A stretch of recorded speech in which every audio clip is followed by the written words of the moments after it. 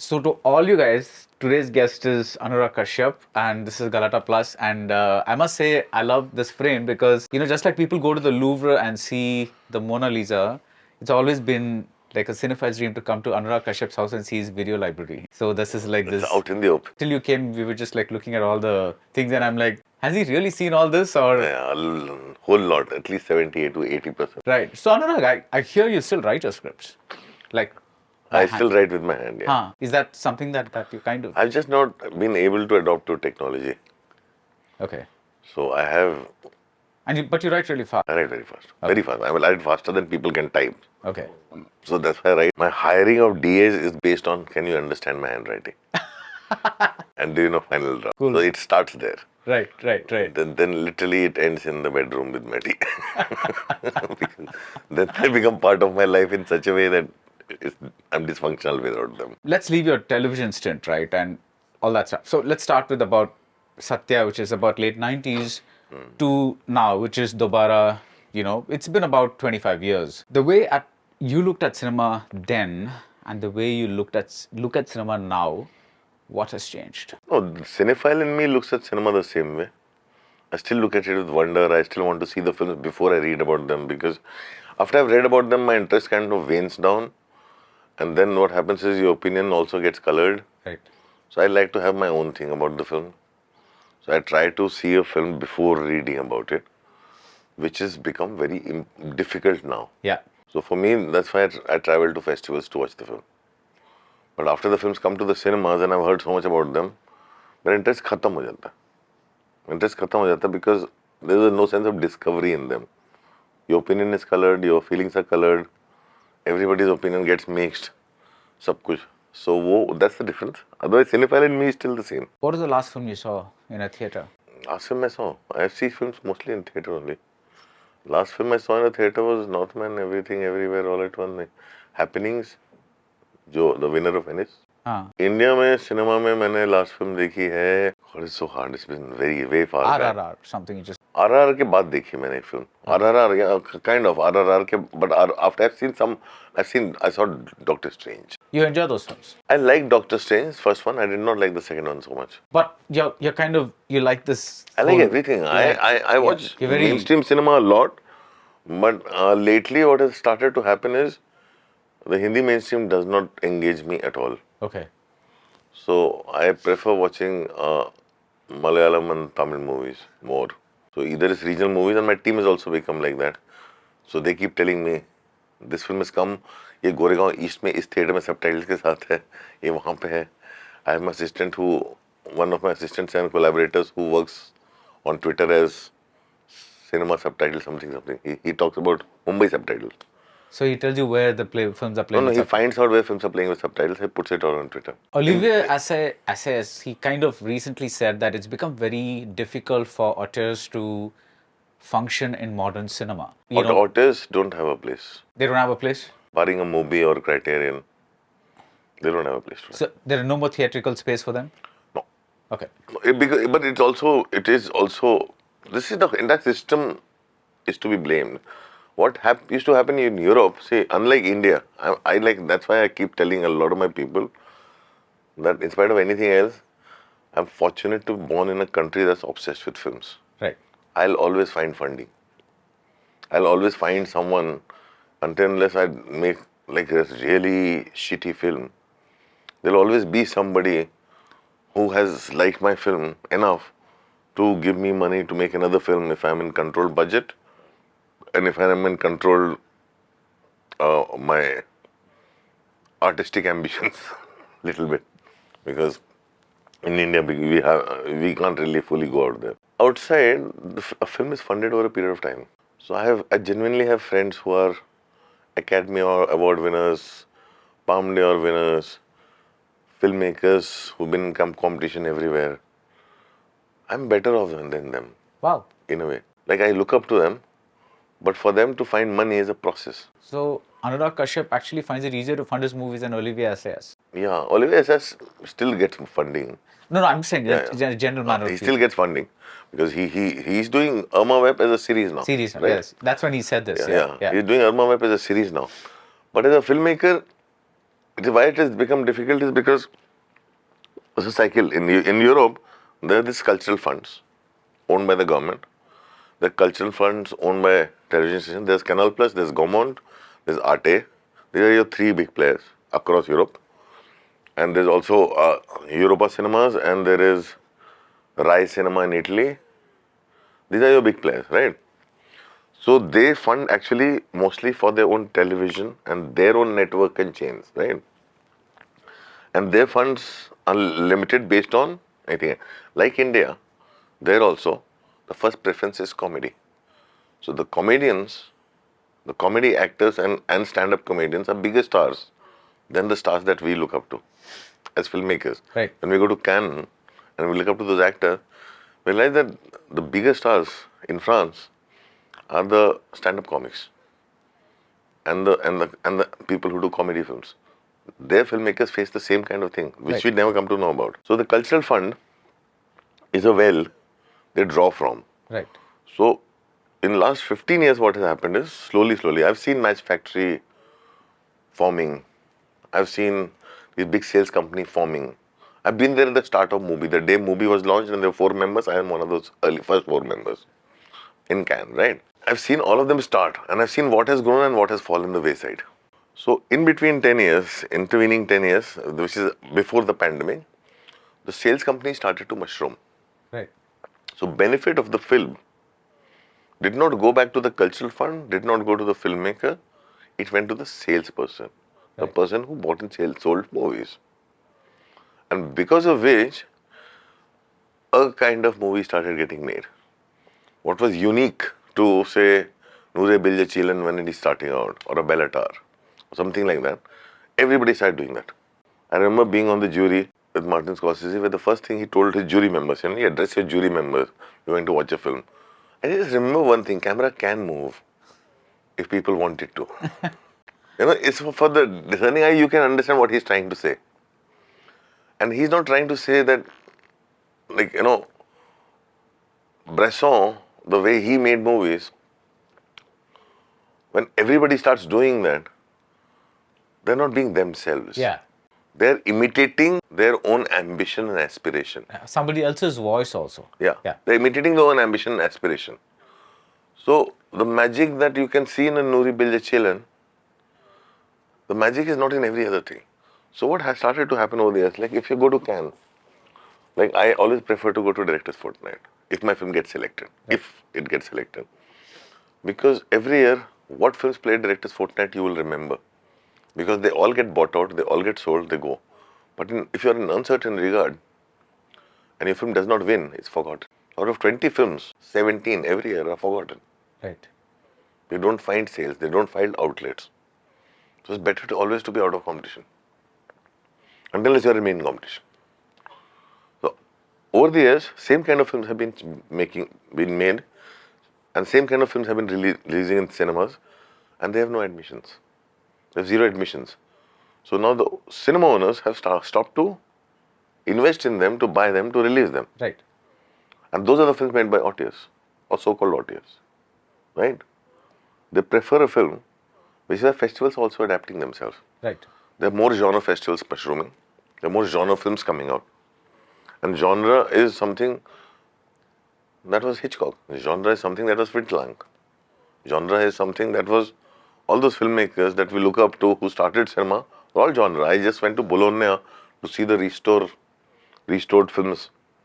And on screen I saw Eric von Stroheim's Foolish Wives with live orchestra. What is Foolish Wife about? It's about a con man who lives in Monaco, who cons these rich, lonely wives and steal the husband's money. I'm saying they were all genre films. Lost Girl from Pabst is a genre film. Yeah. Right? They were not being. Now we have become overtly intellectual and deliberately intellectual. And what we are actually doing is making intellectual existentialist sermons rather than telling stories. There was never a time, if you look at it, this whole wave that started in 90s and more lately in 2000, where cinema was just sermonizing or perpetuating its own filmmakers' intelligence. They were always telling stories. All the grandmasters. Bergman has always told a story. Yeah. Fellini always used to tell a story in his own quirky way. Right. And very sentimental stories. And sentimental stories. And those films used to reach out to box office. Bicycle Thieves ran in Patna for 25 weeks. Are you serious? Yes, yes. In the morning show. But I'm saying those are the things that used to happen. And there's a time when like shoe shine became boot polish and boot polish played at Cannes. Yeah. It was never like that. They used to borrow stories from each other to tell it to their countrymen. Right. Like, people will never get to see this foreign language film. Right. I need to reach out to a certain audience. I'll take that story, I'll adapt it, I'll make it. Nicha Nagar was Lower Depths. Yeah. Yeah. Correct?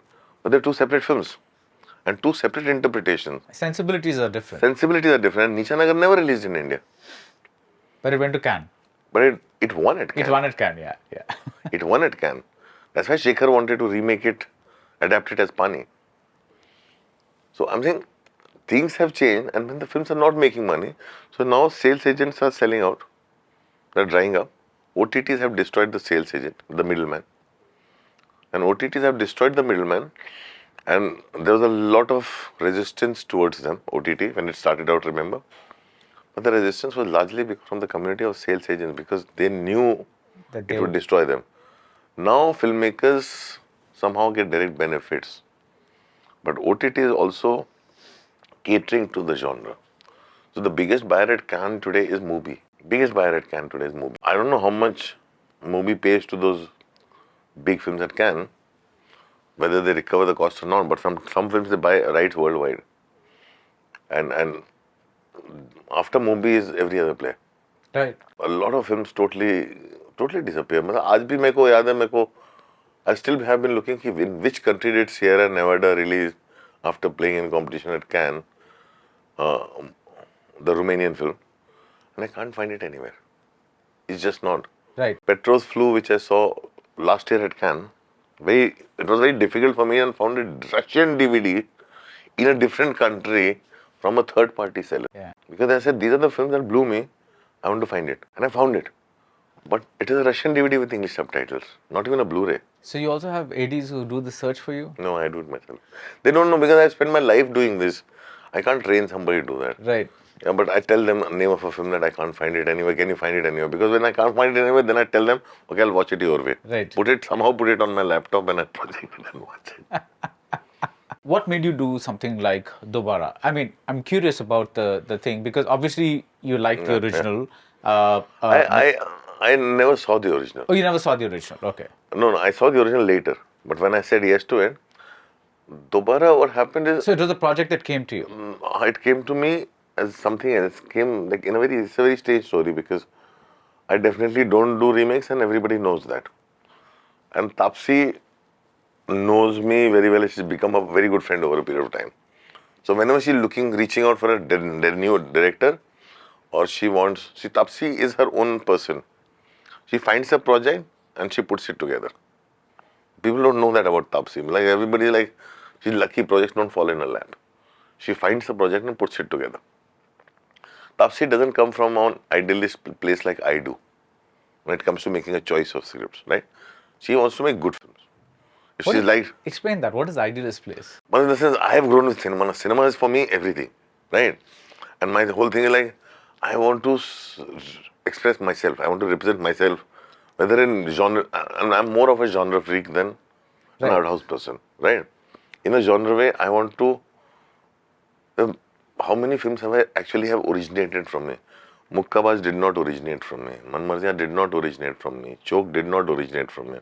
I took somebody else's script, made it my own. Right, right. The last film that originated from me was Raman Raghav, 2.0. Before that, what originated from me was Ugly. The very few films that have originated from me. So I feel like, I want films that originate from me. And Taapsee knew that I want to do something. Taapsee found a script because they had done Badla and all that. So they have a relationship with Oriel Paulo and their company, Sunir Khetrapal and Taapsee. So Sunir goes and buys the thing. So when they bought the rights to Badla, he was working on the script called some Pardita Du Durant, during the storm. Okay. It's called During the Storm. It's not called Mirage. And they said, if you want to take the script, Sunil bought the script rights. Okay. So it went into adaptation at the same time they were making the film. When they were making the original film. Yeah. Right. Okay. So it is like literally taking a story and a script and adapting, which is why the two films look very different. Right. So it's not like the film was actually released and then they decided No, to... no, no. Okay. Film released much later. Okay. Film released in 2019 or 18. The work on this, our first draft by Ned Bhave was already done much before that. Okay. So we started adapting the script. When the film came out, we saw the film. And how it helped me was, the film didn't work original as much as the script did.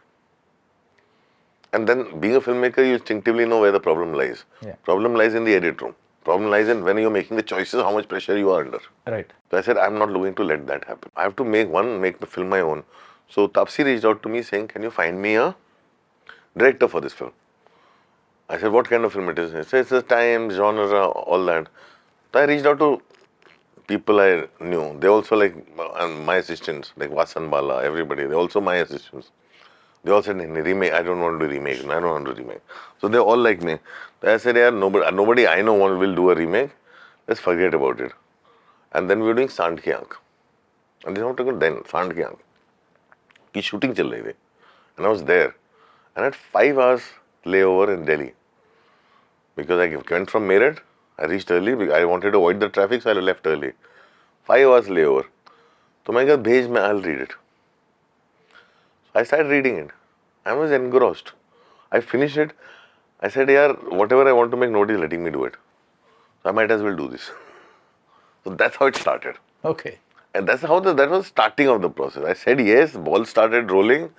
And I've had lots of moments of self-doubts. I'm not doing it right. I said, but there are other things that I want to do. Everything, people are scared and backing out. Right. Your times are such. I've written 9 scripts in lockdown. Out of which, 1 has found a taker. Wow. Is it because they are very political in nature or? No, anything, because they're just rooted.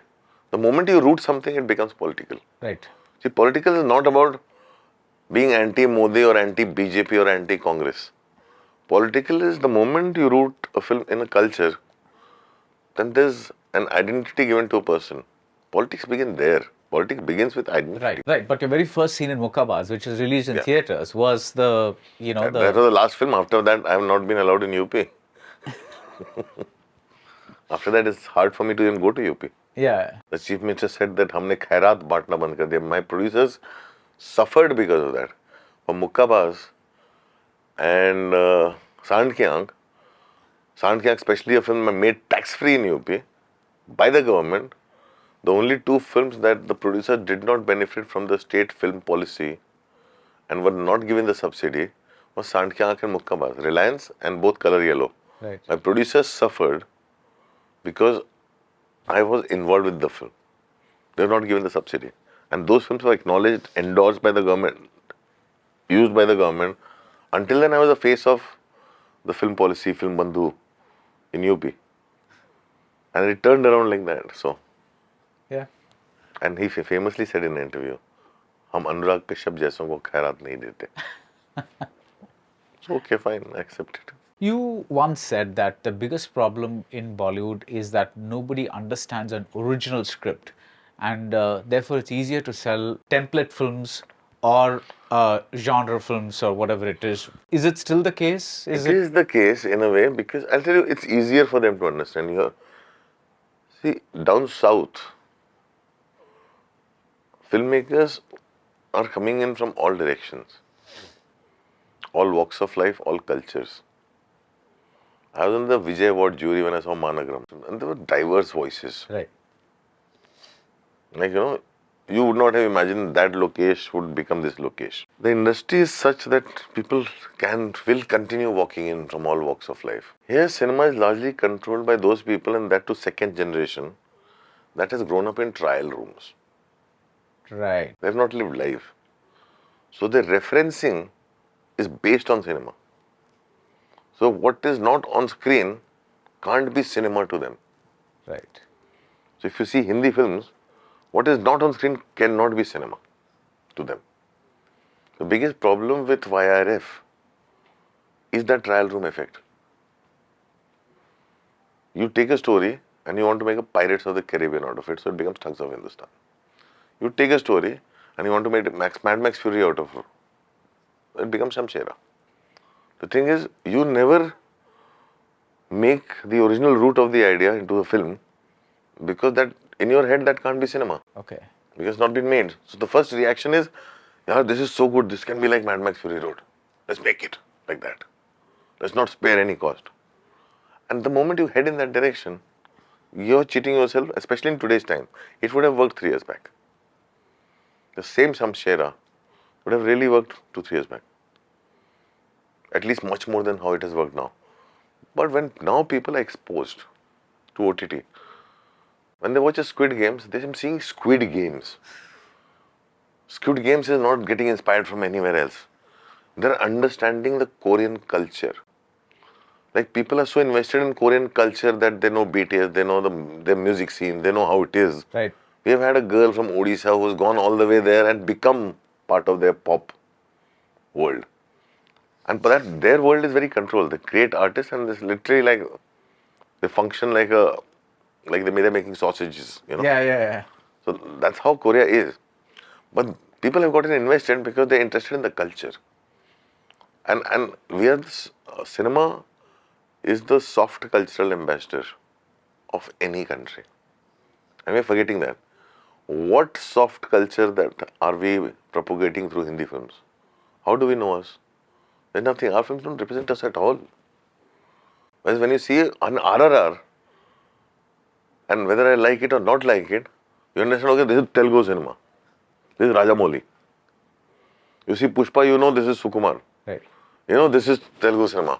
Actors are like that. They are larger than life and they'll be like this. You see Malayalam cinema, you know it is Malayalam cinema and this is what Kerala is. You can see through a film that how educated their audience is. What we sit here and wonder, why can't we do this in Hindi? You don't understand this. What you'll do is remake a Kerala film. I'm saying, but do you know about what's happening in your own backyard? What is the politics of Maharashtra that we are living in? What is the world of, say, UP, MP, Bihar? Are you interested in that? No. What are you interested in? The gangsters of that world.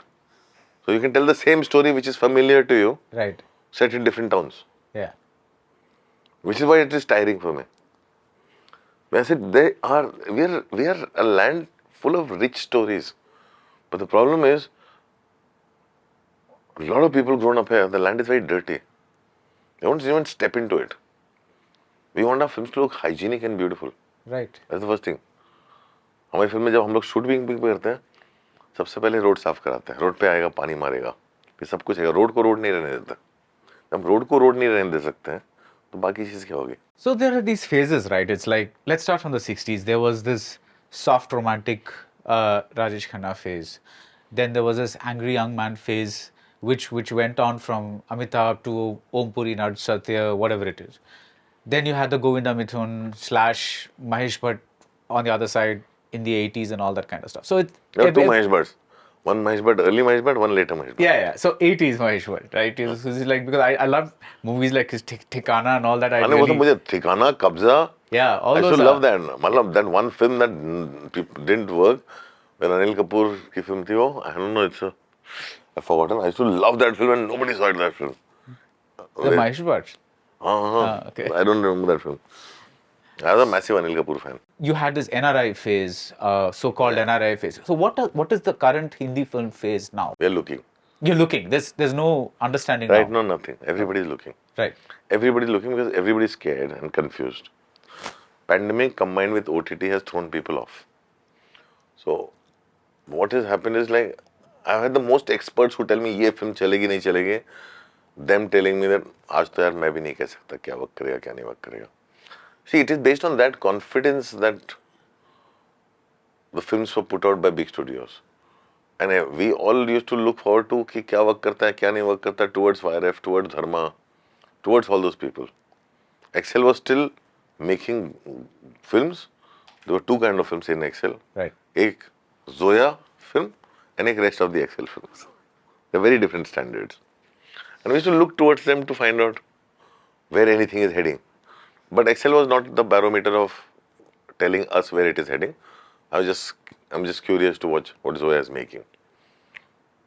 But YRF and Dharma somehow would decide, in a way, indirectly decide, this is what is working today, and this is not what is working today. They are confused. They're so confused. But at one point they were working, right? They were working at one point, but I realized at the end of the day, your film will work only when it speaks to you, the audience. Right. And now audience has also realized that they used to be awed by the stars. There's no more awe left for stars. That's interesting. Why do you say that? Because the way the trolling you see happens online, suddenly people, see, social media has empowered people. Awe used to happen because you could not reach them. Right. You only saw them on screen. Now you can go and shit on them on social media. Once you go and shit on them, and if by chance they start interacting with you, then the awe further goes down. There's no wonder left for the stars. So the film cannot work on the basis of a star in it. किसी की भी film आ जाए. You're saying the star system is gone. Yeah, stars are not going to work for the audience at all. So the three khans, all that kind of stuff, all that. They will come and see that, but not to the level of earlier. Okay. Earlier, a star was enough to pull off a film regardless of the story and the screenplay. Today, a star will lose its stardom further if the film does not have a story or screenplay. Okay. If the film does not have substance, the star will keep losing its stardom till they will become a caricature of themselves. Right. So they have to take cinema more seriously. Right. Right. Because see, the wonder is gone. हमारे इस time में तो कोई मतलब अमिताभ बच्चन को कोई कुछ बोल ही नहीं सकता था, उसको देखते ही हम लोग स्टिफ हो जाते थे. आज आप शाहरुख खान को कुछ भी बोल देते हो. आमिर खान के ऊपर I was watching a video, boycott his film unnecessarily. There's also like a troll video of yeah, of Lal Singh Chadha or whatever it is. Yeah. So I'm saying unnecessary. What has Aamir Khan done to trigger that off? Why are you doing that? But they can do that. They're doing that because they can do that. Right. And you know what? They feel equal. They feel by trolling an Aamir Khan, by pulling him down, I'm at the same level with him. Right. Right? So that wonder is gone. And that wonder has now come the wonder has increased tenfold for Fahad Fazil. That wonder has increased so many folds for the actor in Pushpa. So the two actors that people still don't know names of, but who are big stars, is Rocky Bhai and Pushpa Raj. And by next 3-4 films, if they are consistent, people will start speaking their names. They'll know ye Yash hai. They'll know ye Allu Arjun hai. But when you go to small town, they know Pushpa Raj. They know Rocky Bhai. And Rocky Bhai is a much bigger star after KGF 1. Right. In smaller towns. Yeah. Which is why KGF 2 went that wild. No, I've said this earlier in an interview because like when I saw KGF 2, I'm watching it one day after watching a Vijay film. And of course Vijay films get all the whistles and the 4 a.m. shows and the huge screams and this and that and all that. I was not prepared for that kind of reception in Chennai for Yash, for KGF 2, because KGF 1 is the only film that's come before, and people are going mad. They were going berserk when Yash's name appeared on screen. Yeah. It was like, wow. Yeah, in India, that kind of madness still somehow is associated with Shah Rukh Khan. They will watch his film on the first day. Yeah.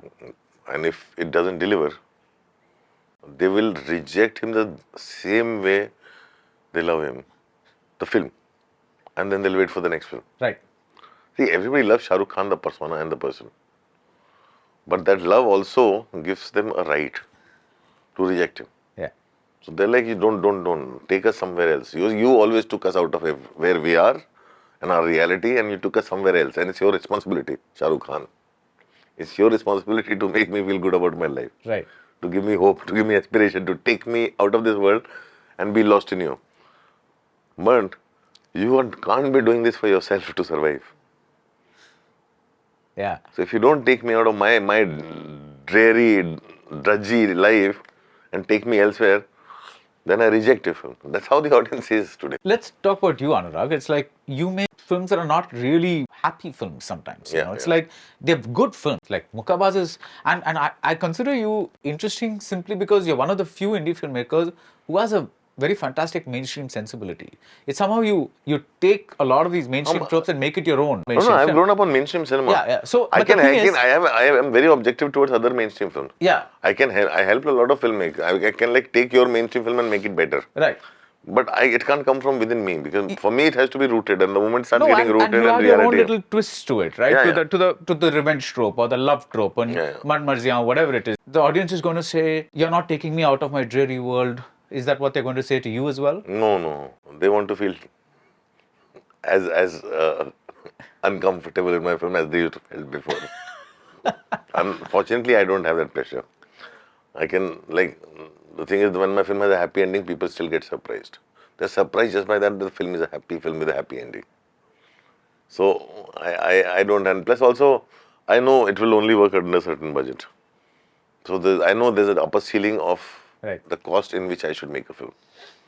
So when I stick under that cost, I don't have any pressure. I get to make my film. But also today, I don't really get to make all my films. It's very difficult. I'm telling you, like, I wrote so many scripts, and I don't really have many options as of now. Not because I don't want to make them. It's because everybody's uncertain and producers are scared. Right. Especially if the material has any kind of a political or rooted tinge to it. Hindi being a language like Hollywood has English movies, in India, Hindi is considered that language. To pressure on Hindi to be pan-Indian is much more that we take on than it is given to us.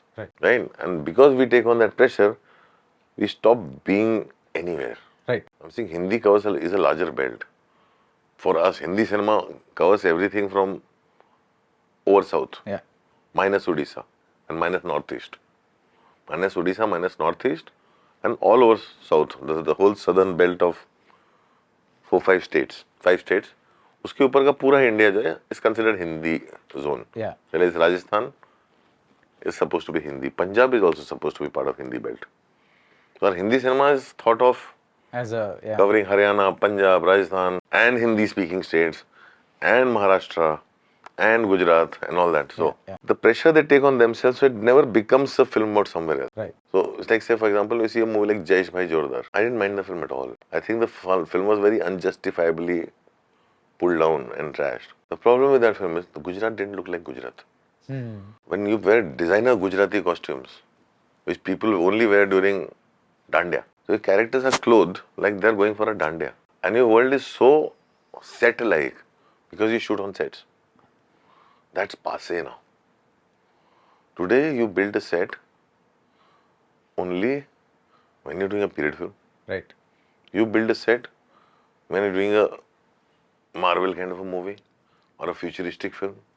Something that does not exist. But when you're representing today's times and you're representing what really exists and you're building a set that looks aspirational like we did in 90s, aaj nahi work karega wo. Because our massive audience is watching Gullak, all the TVF shows. They're watching all these other shows. Right. They know what our India is like. They know what the world is like. So all the people sitting in the big studio, they have to come out of their comfort zones and they have to go and visit the real India. Right. And real India today has a massive in-your-face bigotry, which can't be represented in films. So you have to circumvent and you have to navigate and figure out. So if you're representing people, then you have to really represent people. Otherwise, don't represent them. Make futuristic films or historicals. Right. And be honest and don't try and copy. Don't try and be a Rajamouli. The problem with the Prithviraj is like you don't know where it is. Are you trying to be a Bansali? Somewhere you're trying to be Bansali, somewhere you're trying to be Rajamouli, somewhere you're trying to be somebody else. Where is you? Right. Where is you? You're not there at all. But Gangubai is Bansali. But it's not reality, right? That's him. It is That's his sensibility. Absolutely not reality. But the thing is, the story and everybody is still rooted. Right. It's rooted emotionally. So Gangubai is rooted emotionally, so it works. Okay. Gangubai also is exaggerated reality. We know Bhansali very well. That comes from Bhansali. That Bhansali's exaggerated world we have already been into. Right.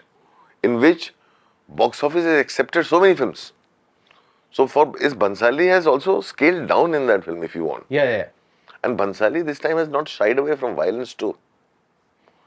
For me, it's a rare sight to see Bhansali showing brutality on screen.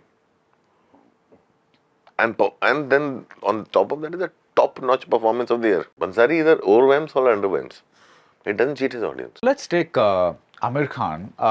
The year 2001 is a very, very critical one for Hindi cinema because it was Lagaan and Dil Chahta Hai. Yeah. Two films releasing very close to each other. One kind of going this direction, Hindi cinema direction, and one going this direction, which is westernized. But we did not follow either. I'm saying that neither is represented today in its But fullest. you have to understand, industry is not controlled by people like that.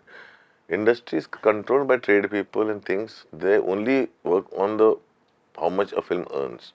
Right. Lagaan's business at that time was roughly around 15. Dil Chahta's business was 10 crores. And Gadar was 65. Yeah. So the trade will direct the whole thing towards Gadar. So we have either gone the Gadar way or we have gone the Kuch Kuch Hota Hai way.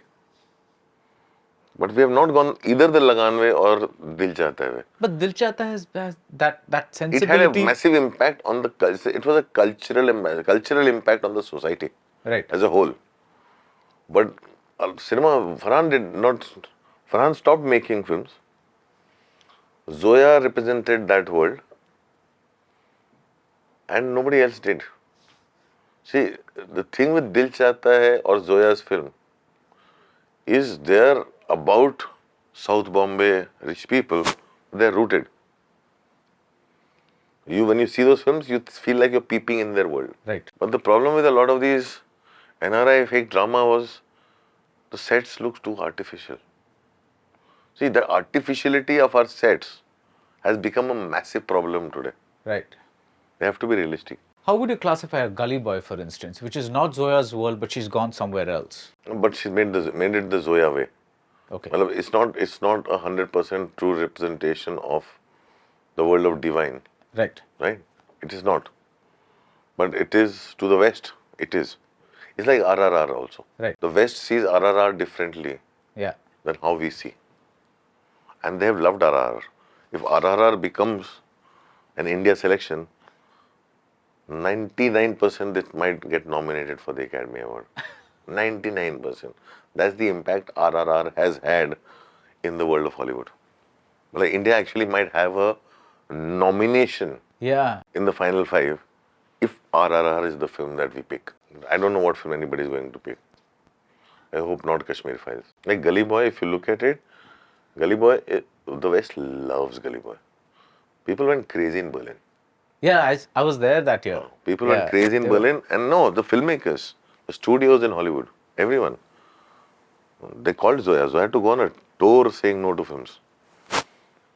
She's turned on something very massive also, I know that. And it did fairly well here also, right? It did very well, yeah. Yeah.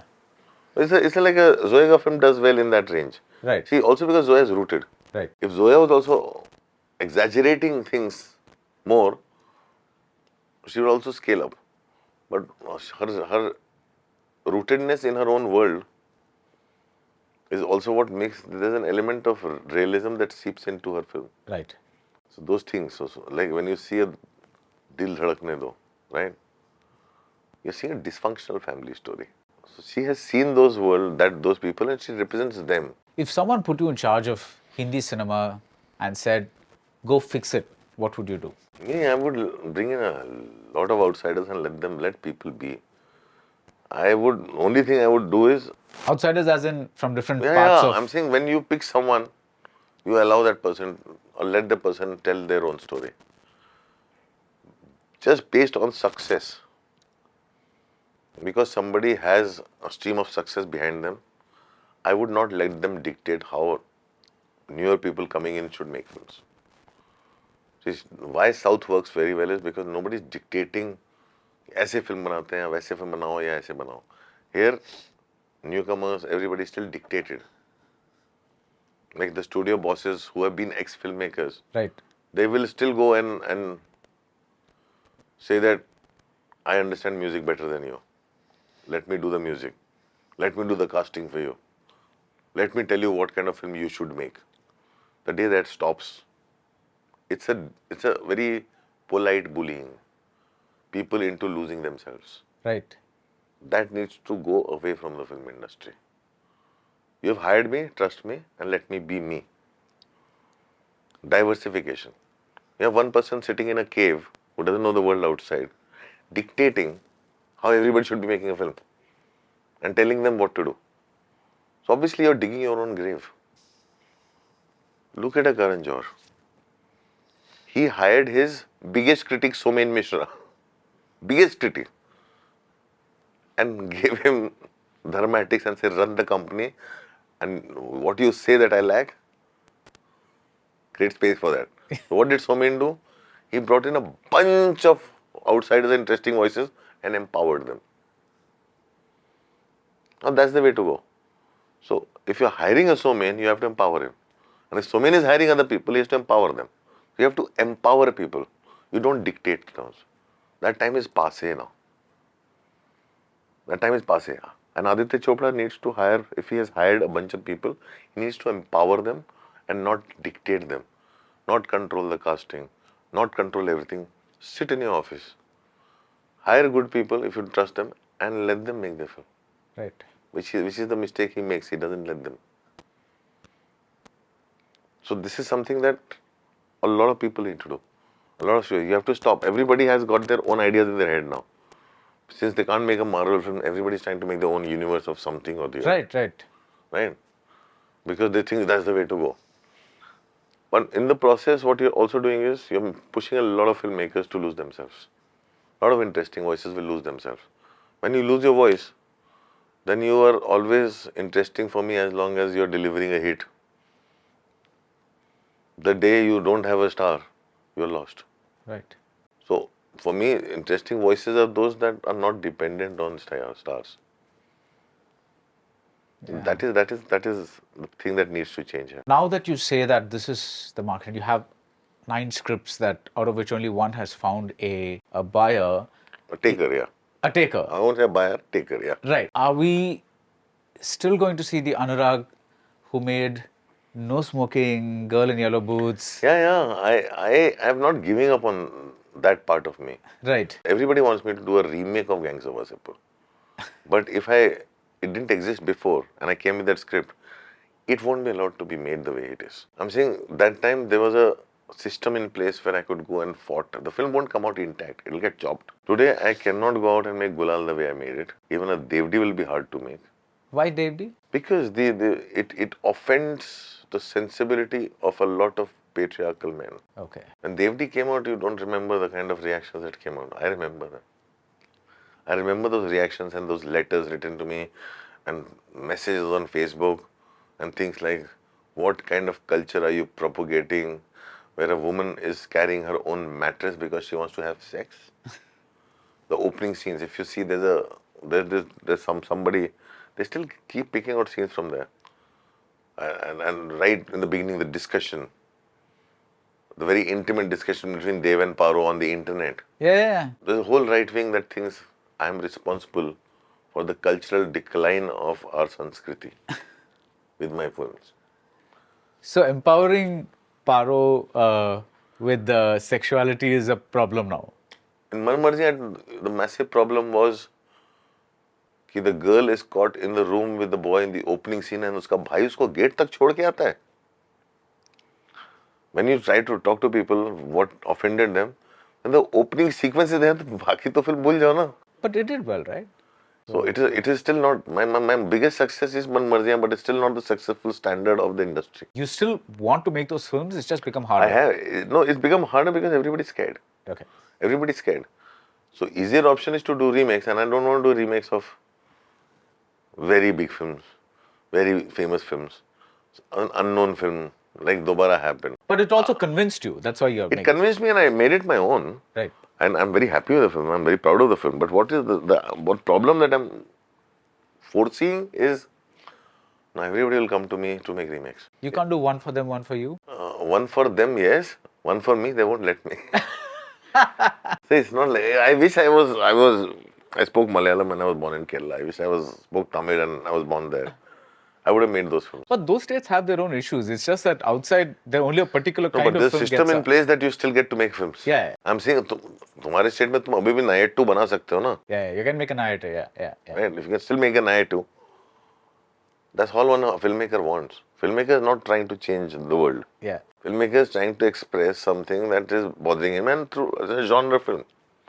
And I like genre films. Genre films came out because of operation of not, you can't express this, can't express that. Right. You So see, they the kill early it in silent the- films yeah. were much darker. Early silent films were much darker. Yeah. People went out there to do things. Yes, they did not show violence on screen, but it was there off screen. On it was there. It was created without sound. They found workarounds. Yeah. Or even the way Hitchcock showed sexuality. Yeah, absolutely. It was like all hidden, but it's plain sight. It's playing in there. Yeah. Have you gotten over Bombay Velvet? Me, no.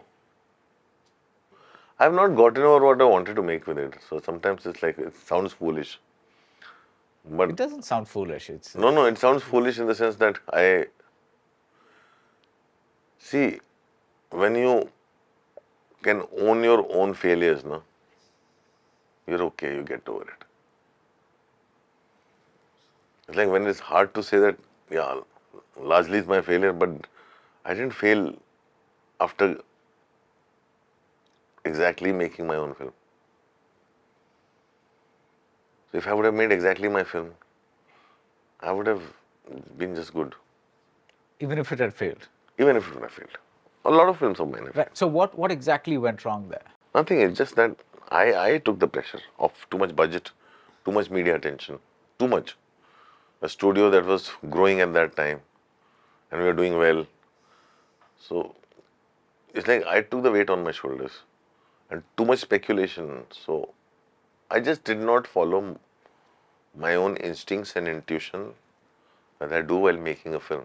Right. Nobody put a gun on my head. But there's so many other kind of pressures that I took on. Also partially because my support system also took on that pressure, which is my producers at Phantom. So it's a failure of not standing up for things. Right. So there's regret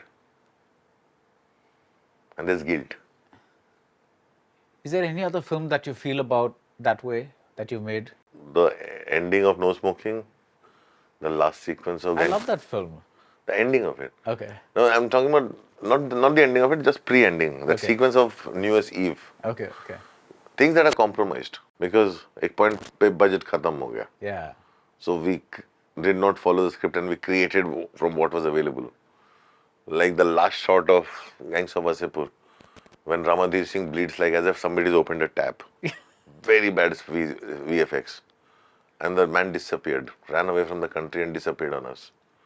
I don't know how to even correct it. Like someday I want to correct it. So I have those kind of little regrets. Right. But as a film, nothing. No, as a whole film, no, nothing. Yeah. As a whole film, no. The two films that I didn't get to make, I have like, they are sore points in my life. Also, the way Manmarziyaan was 2.5 minutes cut from the film. So those things somehow stay with me. It's like, I just feel like मेरा film को कोई काटे ना. And plus, Bombay Velvet, can you believe it, is my most censored film. Pehla Nailani deliberately sat down and cut out all intimacy between the two characters from the film. Throughout the film. There were two people who could not keep their hands off each other. That's how I wanted to create a love. That hardly comes While they're across, talking, Yeah. they're constantly kissing and talking. He snipped off all intimacy from the film. I was so angry. I abused him and recorded in my own voice and put it in the film. It's there still. I was so angry. And because it was such a big budget film, and because they're desperate to want to use certificate, and I wasn't even allowed to fight. So those are things. And because, when the budget takes precedence, that's why I decided for next film, I'll make my lowest budget film. I went and made Raman Raghav. I said, I will not let anyone touch it. So that's why now the only way to do it is cut down the cost. Given the kind of films that you make and connect with, are you still able to watch mainstream films the way you did when you were a kid or a teenager? No. If it's a good film, I do. I saw Gangubai. I enjoyed Gangubai a lot. I have had hours of conversation with Bansali and Alia over Gangubai. Of all the good things, I really enjoyed. I saw Pushpa. I enjoyed Pushpa. I did not enjoy RRR as much as because I'm a massive Rajamouli Ega fan. I come from the world of Ega. Yeah. So when he makes me believe in something which only comes from his mind, I believe in it. But when you are building on a mythology, then I feel like, okay, it is not really sticking to it. So yeah, then I'll go and watch the spectacle. Right. And the spectacle can have an impact. Right. And sometimes it doesn't. Like Bahubali had a spectacle that had an impact on me. Right. RRR, some action scenes had impact on me. Like when at the party when the animals come out, like I was like, how can somebody think like that? Seriously. I was like, how can someone think like that? I was blown by that. But the film as a whole, for me, I put RRR below Bahubali, below Iga, below Magadhira, below a lot of his other films. Right. But if I'm speaking from what people have been reaching out to me and talking about from the West, they've like discovered a new filmmaker called Rajamouli with RRR. Yeah. Like you just said. Yeah. Yeah. I'm telling you, the filmmakers have just what I find crazy and what I find mindless is that mindlessness. It's like how everything everywhere all at once works for me. Right. RRR has worked for them. Yeah. And they find it better than any Marvel movie. So they've really gone crazy at the RRRs, even the silliness of it. And they're so blown by not just the action sequence, the dance sequence. And dance sequence, which I think is one of the best choreography, most energetic choreography done in the longest time. Yeah. So that you can't take away. That The two men, the two men dancing. That's an incredible choreography, and that has hit them very hard. They're loving it. Right. RRR is the go-to film. You want to? It's like literally in universities in US and and Europe, people are like they go to party, they come back and they want to watch RRR. And RRR has become that film. Let's see from that sequence. Let's see from that sequence. So because RRR is literally chain of very exciting sequences. So people have their favorites. I like the dance bit, I like the end bit, I like the party bit, I like the opening lion bit. And it's like this, and you can watch in any order. You can shuffle RRR and watch it from anywhere. Right. So people go out partying, people go out something, they come back, 15 minutes they want to watch RRR. After having seen that umpteen times. Right. And it's crazy. The craziness for RRR is so real that you won't believe it. I'm going to list all your films, Anurag. I just want you to very quickly tell me what is the state of mind you were when you made them, or what made you pick them. Let's start with Paanch. Paanch, I really did not make the film I started out with. But it was my first film. So there were bits of compromises. The last 15 minutes is a kind of a compromise take on it.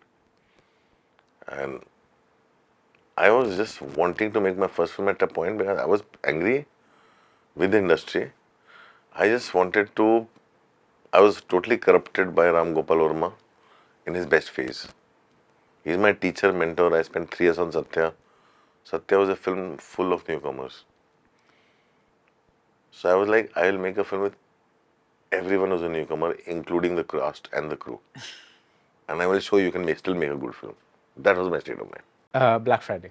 Black Friday was really, I fell in love with the material while working on it as a writer. Right. And when they were shelving it was a series, 6-part series, which is by the chapters. And Paanch had not released, and I was very desperate. And I know how to make things under a certain cost. And I was still connected to theatre and all that. So I had an army of actors. So I had to do that. I was like, Paanch has not worked. I really think this film can go all out. And I wanted to make that film and also to do what I wanted to do with Paanch, which I couldn't get to do. So with Paanch, I wanted to prove a point. I couldn't get to do it. So I wanted to, like, Black Friday would reinstate that. Right. You don't need a star to make a film. No smoking. No smoking came out of a place where I was exhausted. This was after, like, when my films had stuck. All in Kadishan got shelved, Grand Hotel got shelved, Black Friday got stuck, Paanch got stuck, Gulal was half done and stuck.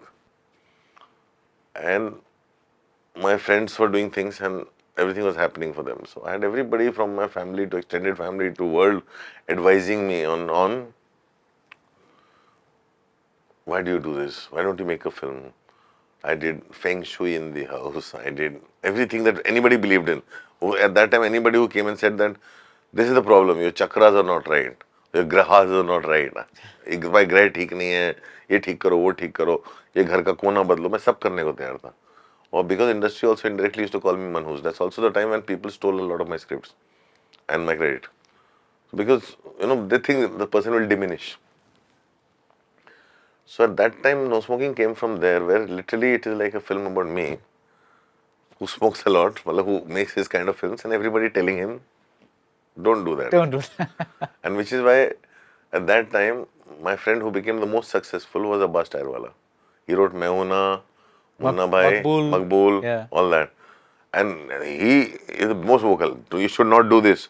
You will make your best film when I write it. So I named the character after him only. I called him Abbas Tyrewala. And I used all his name of all his films. So it was my whole take on the entire industry and my world. It is that film. It's a film about me not wanting to quit smoking, but nobody let me smoke. And those fingers were cut. It's like, this is what I used to write with. Right. Not holding a cigarette, holding a pen. So everything in the film, if you see from where my life was at that point, the film was made like that. And while making the film, the biggest joke on the set was, when this film will play out, we'll put a camera and watch audience's reaction. Return of Hanuman, which is really the Well, it's strange that how that film is picked up now, after 15, 16 years. Suddenly everybody who sees it raves about it and talks about it. So it's got own suddenly. IMDb rating has gone up from 5 point something to 7 point something. You just said, I want to make an animated feature. Is that what it was? Or Return of Hanuman? No. I was hired as a writer. okay. I was going through a very bad time. My films were not releasing and stuff, and I was hired as a writer. And I wrote a very quirky modern day script. The director left midway. And I should have also left. Because the producers were shit. Producer is a complete idiot who understands nothing about cinema. He's also recently made a documentary on himself about how great he is. So I should have also left, but I didn't. And that was my stupidity. So what happened is they said, will you finish it? I said, but I've never made an animation movie. How can I finish it? So the studios and everybody came to me and they were like, so you tell a story. You just sit there and negate things. Say, don't do this, don't do this, don't do this. So I went along with it. And I started enjoying the process. And I started enjoying telling that story. And it was still not fully done. It was half complete. The producer decided to release it because, according to his Pandit, it was a good date. So if you see the second part of the film, it's still unfinished. The animation is unfinished.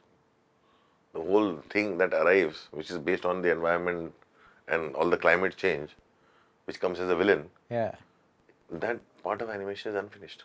And producer decided to release the film. And my condition when I came on board after the director left was, I'll finish it, but I want to dedicate it to my daughter, because I was recently separated. And my daughter also was going through that phase. That has played a larger role in my life, man. This father-daughter relationship is part of many things. So I was supremely guilty about being away from her. So I got to dedicate it to her. And the first screening we did was for her school. And she was standing on the stage and she was very, very shy. And Devdi was after No Smoking has failed. I was like, what do you want? You want a movie? I'll give you want a Chitrahar in the movie? We'll do the music. And I'll give you the best love story ever, Devdas. It started off like that. Then because I don't like the book, source material so much, and Vikram loves it. So I got Vikram to, I said, do the first draft. I said, you adapt Devdas, I'll take your script and work on your script. Okay. Not from the novel. So I worked from Vikram's script. I took Vikram's script and started taking out all the elements that we are very familiar with Devdas because we have seen it a million times. Yeah. And I used that to put in all my modern ideas. And Vikram hated it. Like if you talk to Vikram about that film, Vikram still is angry and pissed off with Devdi. He says, Anurag destroyed my Devdas. Gulal. Gulal came into my life right after Paanch. So Gulal started in 2001. I'd finished Paanch, it was stuck with censors, and I was sitting there, and this guy came to me with a story of college elections and all this. I said, what is this story? It was just like a very anywhere, any kind of a story. I said, what, this is, where is it? Which part of the world is it in? He said, anywhere. I said, that's not an answer I like. I said, tu kahan se hai? So he said, Rajasthan. I said, okay, take me to Rajasthan. I went with him to Rajasthan. I met. And then I saw the world. And I realized how much they live in the past. That where the Karni Sena and everything comes from. Right. So the film, I was forcing all of them. And these Rajputs have this sense of past glory and they have nothing today. So who are the people who are out on the streets today? Using religion, using caste. People who have achieved nothing. They have zero sense of achievement. They've gone nowhere. Some of them have passed by education privilege. Some of them privilege and education has passed them by. Right. And they're the ones forming these groups and senas, wanting to change the cultures to secure them because individually they're very insecure. So I saw Rajputs as being very individually very insecure people. And this was written in 2001. Right. When the palaces still existed, but they were dilapidated. And the French people were building the first Nimrana there. The first Nimrana was being built. And it was being seen with envy because nobody cared about Nimrana. They were becoming much larger other Tikanas and forts. And the way they would talk about it, and everybody would tell me the same story of Ruti Rani saying that these are my ancestors. So I saw through the whole false bravado of the Rajputs. And I saw what is happening. Everybody is going to sell off their ancestral property because that's the last thing they've left. Turn them into hotel and resorts and then they will have nothing left. It's like how modernization has done to the farmers from Gurgaon Yeah. and everywhere. The modernization comes, they sell off the land, they get the money, the next generation buys a car, blows the money in 3 years, and then they're again left with nothing. So the same kind of a thing I foresaw. So Gulal was written as a futuristic film when I started to write it. By the time it released, it had become reality. It was no more futuristic. So we took it out. Right. So earlier, the first line was few years from now. And that's when I was setting Gulal. But by the time it released, sab ho hi gaya tha toh. We took that out. That girl in yellow boots. And that's my long. It was something stuck in my throat. And I did not want my perspectives. So Kalki wrote a play. And I took that play and made it into a film. Yeah. But I had to make that film post Devdi because, Devdi I made in a lot of anger. And by the end of Devdi, I had fallen in love. I had calmed down as a person. And then suddenly, that whole thing that has been at the back of my head, bothering me, had to come out. I was stuck. I could not move beyond Gangs of Wasseypur. Bombay Velvet already was written. Everything was done. There's a whole lot of ugly was already formed in my head as a script. Raman, Raghav, the original. There's a lot of other 3-4 scripts. All were written and done. But I just couldn't. And UTV did a 9-film deal with me. And I wanted Vikram to direct. Vikram was a very difficult person because nobody wanted to. They couldn't deal with a person. I know only I could have produced Udaan at that time. So Vikram is somebody I have learned a lot from. So for me, it was like, it's high time people see the genius that is coming from him. So UTV did a 9-film deal with me, and the first thing I wanted to do is Udaan and Yellow Boots. Because they were long gestating, stuck in the throat projects. And those are 2 projects, they got scared. They wanted more of Devdi. So we backed out. I went and made those films. Then the moment Udaan got announced at Cannes, UTV came back to So that's how opportunistic studios are. Gangs of Wasseypur. Gangs of Wasseypur I did only because, from the first time it got me interested, it was like, how stupid these gangsters are. I found them very amusing and funny. And I wanted to make a funny film. Funny film without making it a comedy. I found them amusing and funny, and I saw this as an excuse to do what Best of Youth did to me. When I saw Best of Youth, I was blown by it. Right. Because how a film uses to tell a personal story, and via personal story, it kind of takes me through the entire landscape of Italy and political landscape of Italy over the years, while telling me a personal story. So I got an opportunity to do that. Because Best of Youth I saw in 2006. And this came to me in 2009, Gangs of Wasseypur. And I wrote it on the sets of Zindagi Na Milegi Dobaaraa. I started writing it on the sets of Zindagi Na Milegi Dobaaraa because I was a spouse. Excel gives an extra ticket for spouse. I got to go to France, Spain. And then from there I went to Madrid and finished writing it. Ugly. Ugly has been long gestating in my system since 2005-06. It was forming in my head from 2005 onwards. Was there a spark that kind of... No, just my separation with my daughter. My latest film is also that. It also comes from there. That is the one after Dobaaraa. I've just finished a film. Okay. I have 2 finished films. I'm just sitting on it. I don't tell people what I make. Ugly is been gestating since then. It comes from that guilt. And then what happens, that guilt combined with the lots of things and memories.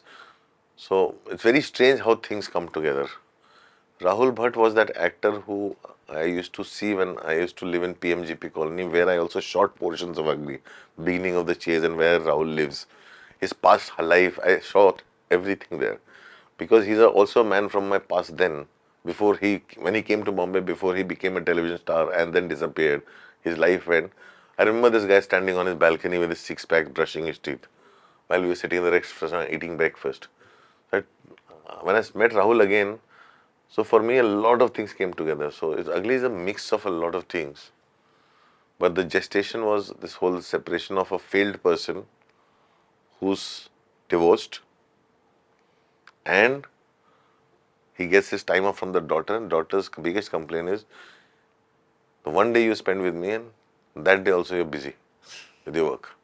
And there's something that my daughter wrote in her diary. Even I hate you when you're working or when you're on your phone. When I come and Papa, when I come and meet you, she wrote in her diary in very childish handwriting. Very personal thing. And that affected me a lot. Raman Raghav. Raman Raghav came from, again, I think some of my most personal work comes when I'm in a very angry phase. I think the root is everywhere is anger somewhere. Yeah. When there's no anger, then films में भी दिख जाता है कि कुछ चल रहा है. Raman Raghav came because after Bombay Velvet, obviously nobody wanted to make Raman Raghav. Vasan had adapted the entire script, a lot of research. We wanted to make a biopic.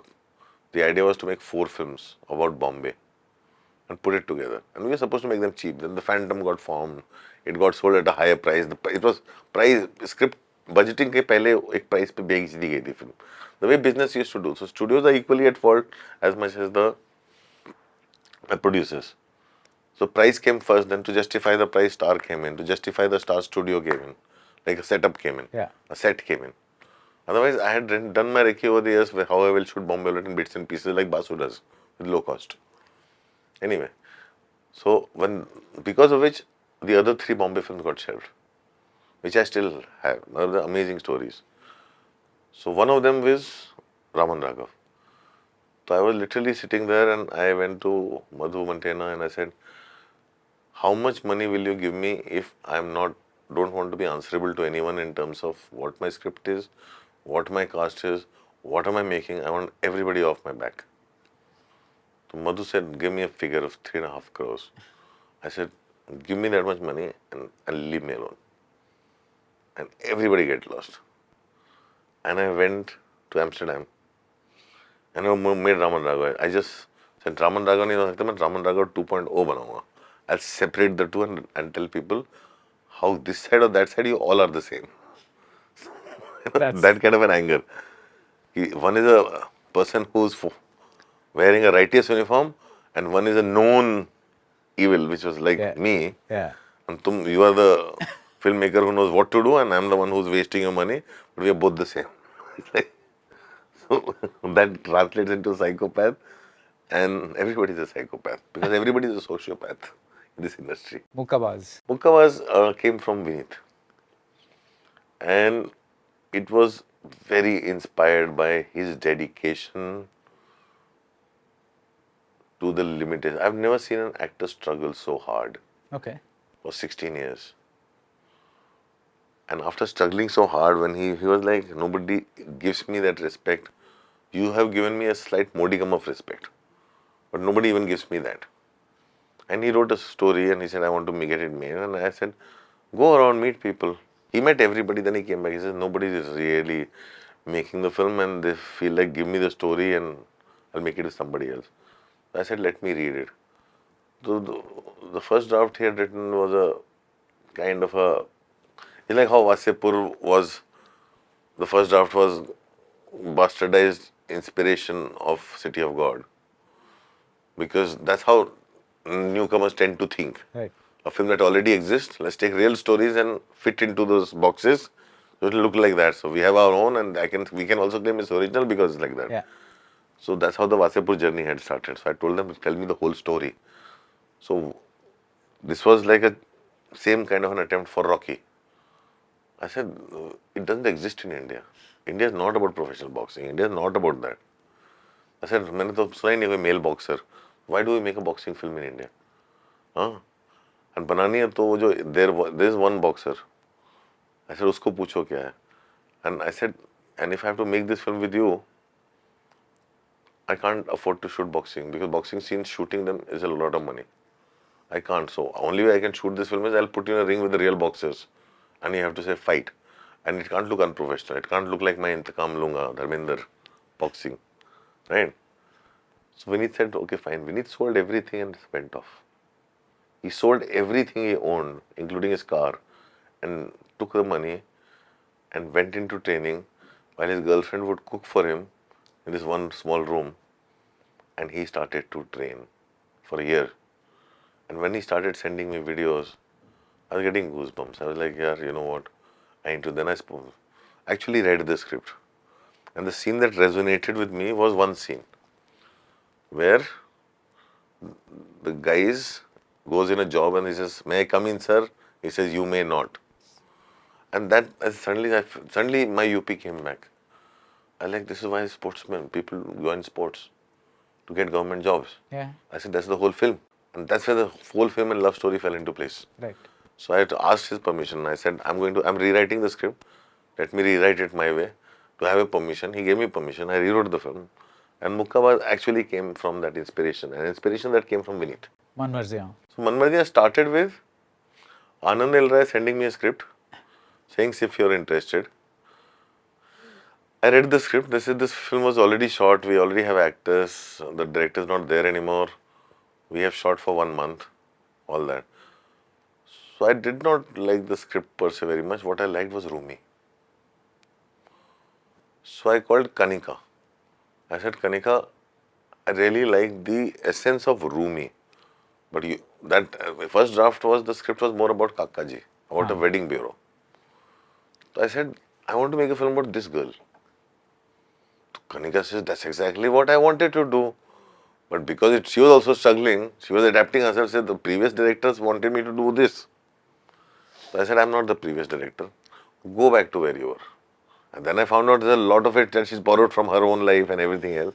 So I sat down and interrogated Kanika and took everything out of her. And I said, put that in the script. And she was there with me on a daily basis. I said, I want you every day on the set because I'm not from Amritsar and I don't want to go wrong. So take me to your places. And she was literally like a creative producer on the set on a daily basis.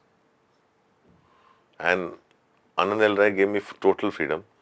He said, Anurag, I'll write off the money that I spend on it. Write off actors. You do your own casting. So I did my own casting. I redid all the music. Everything was redone. And it became Rumi's film. And then half of it also came from Taapsee. When I met Taapsee, because we were looking for Rumi and we couldn't find one. And I had not seen any of Taapsee's film, barring Adugalam. Right. That's the only film. No Hindi film, nothing. Only Vetri's film. Yeah. So when I met the real Taapsee, I said, yaar, ye hai Rumi. So people were like, nahi, aap usko dekho, uski film dekho. I said, film nahi dekhni. And he's the person. I've always cast a person. Like Sayamin choked also like that. I said, this is Rumi and this is the girl I want to work with. And then I also steal from the person I cast. Right. So most of my films are stealing from everywhere. So that's how Manmarziyaan. Choked. Choked came from Nihit Bhave. I like the idea of it, of a woman who finds money in a thing. And I liked the script and we bought the script. But I put the script on the back burner because I was making Bombay Bullet. And Bombay Bullet गई, फिर मैं भूल गया. Then I was like literally needed to get out. I was ready to leave for France. I was like, after this. Yeah, you were talking about leaving the country. Yeah, I was leaving the country. Yeah. So I said, after this disaster, I'm not leaving. I have to regain my lost trust. I went to make Raman, Raghav. From there, it just became a cycle, Mukkabaaz, this, that. And then one day I saw Nihit Bhave's face. He said, sir, हमारी film बनेगी क्या? And that's when I remembered, shit, I have to do this. But by then, demonetization had happened. I said, we have to bring in demonetization in the script. It was a magic realism film. Yeah. I said, today's day and age, without demonetization, you can't make this film because it won't make sense. So then he rewrote the script. And that's how the choke happened. Why is it that after you became the poster boy for a certain kind of indie cinema, there hasn't been another poster boy? There are lots of people making movies, but when we think of that, after all these years, it's still you that's like sitting there like one guru. I think because people are working for themselves, in the sense nobody really, in the sense one is, somebody said, how are you the poster boy? I said, I don't want to be one. Why don't you become the one? I mean it in a good way. No, I know that, but you never realize that. See, you don't become one by wanting to be you one. can't plan it. Yeah. No, I think only because all the filmmakers are extremely self-serving. There's no system, community. They don't help other people make films. I think I largely became the go-to person for all the people who had nobody to go to. And that's one of the primary reasons. So I created a place and where people come and make films. And I still, till date, if I like a good film, an independent film, I'll go and support it. Problem is just they don't support. Everything becomes a business transaction for them. The reasons to make films is always money. And more than the mainstream, all the art house filmmakers are worse because they're crabs. You know, the fight for bigger box office is still not as harmful as the people fighting among themselves for greatness. If you meet, you can't sit with 20 independent filmmakers in a room after they have made their first film. Before you can. Put 20 independent filmmakers in a room, it will explode like a bomb. Because they are like, I'm greater than you. Right. I'm more intelligent than you. I'm a bigger auteur I'm an auteur. I'm this, I'm that. Their sense of I, and their sense of whatever it is just unimaginable. I can't deal with half of them. I like their films. I will not spend 5 minutes with them. They're the most disgusting species, the independent art filmmakers. But it's also that you have your work has been you've been consistently putting out films. I'm a genre filmmaker. Right. So whereas the others, they they come out with one good film and then it's suddenly 5 years later. See, because people are always making films to impress others. Right. See, that's what I'm talking about. That's why I say that I don't have patience for them. They are making films to impress others. They're making films for greatness. They're not making films because they want to make films. For me, if I will be not allowed to make anything, I'll come to a point where I'll do a random remake of whatever comes my way. I like the process of making a movie. Right.